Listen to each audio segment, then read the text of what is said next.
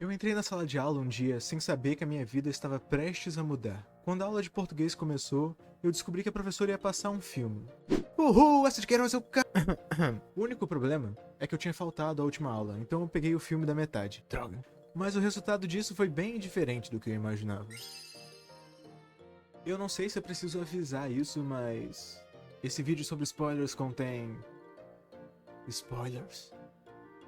E como vocês podem ver pelo pôster bonito aqui na minha parede, Sociedade dos Poetas Mortos é um dos meus filmes favoritos. Então vai lá ver primeiro e depois volta aqui pra assistir o vídeo. Mas de volta à história. A primeira coisa estranha que eu percebi foi o silêncio. Era a primeira vez na vida que a sala ficava mais de 5 minutos sem explodir alguma coisa ou sei lá, summonar o Cthulhu. À medida que as cenas foram passando, por mais que eu estivesse um pouco perdido, eu fiquei bastante impressionado com o filme. Era bem diferente do que eu costumava assistir, tinha uma poesia e uma sensibilidade que eu nem sabia explicar direito e mesmo assim tocou o meu coração. Mas o que realmente me deixou chocado, mais uma vez, foi a reação dos meus colegas. Dava pra ver que eles estavam realmente emocionados. No final da aula teve um debate sobre o filme e a turma toda participou e prestou atenção. Eu nunca tinha visto eles ficarem engajados e levar uma aula tão a sério. Quando eu olhei pro lado eu vi o garoto que era o pestinha maligno da turma e ele tava com a expressão facial daquele meme do soldado. E mais tarde um dos membros da aldeia do fundão veio até me pedir recomendações de livros de poesia. Não preciso nem dizer que isso me deixou muito curioso. Tão curioso que quando eu cheguei em casa, a primeira coisa que eu fiz foi procurar o filme na internet e assistir. Eu precisava descobrir o que esse filme tinha de tão especial a ponto de comover um bando de adolescentes selvagens e doidões de leak paper. Apertei play, e à medida que as cenas foram passando eu percebi algo... estranho. A minha experiência com o filme estava sendo completamente diferente dos meus colegas. Não só por não ter a surpresa do que ia acontecer no final.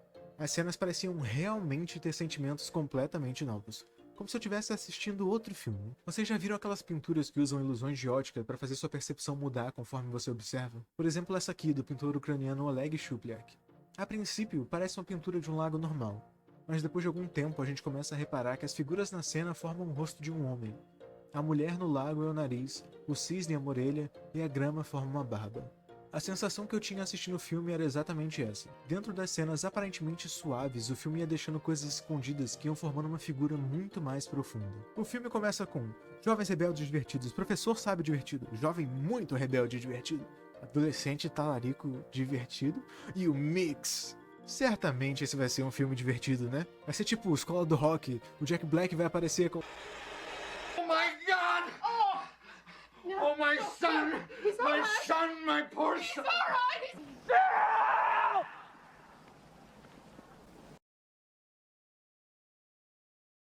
Agora eu entendi por que a turma ficou tão chocada. Ainda bem que eu já tinha tomado esse spoiler. E foi justamente por saber como essa história ia terminar que eu consegui enxergar os detalhes escondidos. Logo nas primeiras cenas, quando o professor Keating fala com os alunos sobre o conceito de Carpe Diem, o filme deixa isso bem claro. O poema que aparece nessa cena é uma grande promessa do que está por vir. Colham as rosas enquanto podem, o tempo passa voando. E a flor que sorri agora, amanhã cai murchando. Em outra cena, o professor Keating fala sobre como a poesia, a beleza e o amor são os motivos pelos quais nós vivemos.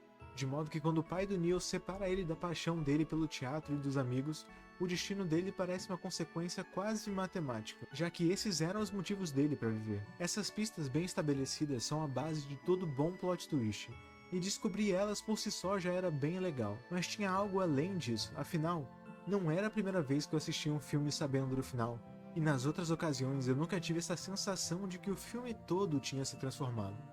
O que tornava esse especial? E o segredo está... não? A senhora procurou na cena de flashback?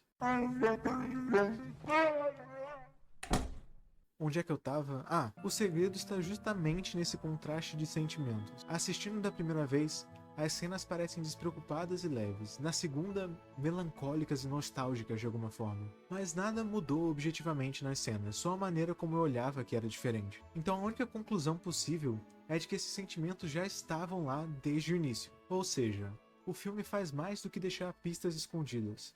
Ele constrói camadas inteiras de elementos que não aparecem na superfície. Ele tem profundidade. Mas profundidade é uma palavra meio genérica. O que ela significa na prática? Quando o Pinóquio do Guilherme Del Toro lançou, eu perguntei para um monte de pessoas sobre o que era o filme, e cada uma delas me deu uma resposta diferente. Paternidade, identidade, opressão. E depois que eu assisti o filme, eu percebi que todas elas estavam certas. Do mesmo modo, dá pra dizer que Sociedade dos Poetas Mortos é um filme sobre arte, liberdade, tempo, rebeldia, amizade e várias outras coisas. Profundidade é fazer sempre mais de uma coisa ao mesmo tempo. Criar reflexões suficientes para que quem está assistindo também tenha espaço para participar. É como se fosse um bolo com um sabor diferente em cada camada. Quando você morde ele de uma vez, o gosto é um só, mas quando você analisa com atenção, dá para sentir e apreciar cada sabor individualmente. Por isso que meus colegas ficaram tão engajados no debate que a professora fez depois da aula. Quando a professora começou a fazer perguntas, eles perceberam a mesma coisa que eu percebi enquanto assistia da segunda vez. Ainda tinham muitas coisas para descobrir e repensar. E quando eu digo muitas, eu tô falando sério. Com o passar dos anos eu assisti esse filme várias vezes e até hoje eu descubro coisas novas cada vez que eu assisto. Por exemplo, enquanto eu editava esse vídeo eu percebi pela primeira vez que o Nuanda, que faz a pegadinha do telefonema de Deus, é o único que fica em silêncio enquanto os outros cantam na cena da igreja. Pode parecer bobo, mas isso já dá uma nova perspectiva inteira para se pensar sobre ele. E afinal, por que isso mudou a minha vida? Resumidamente, isso me ensinou o seguinte: filmes não acabam depois dos créditos. Livros não acabam na página final. Uma obra de arte só termina quando nós paramos de pensar nela. E isso mudou completamente a maneira como eu enxergava as obras de arte que eu consumia. Eu passei a ter um olhar muito mais atento e curioso, e acabei aprendendo muitas outras coisas por causa desse novo olhar.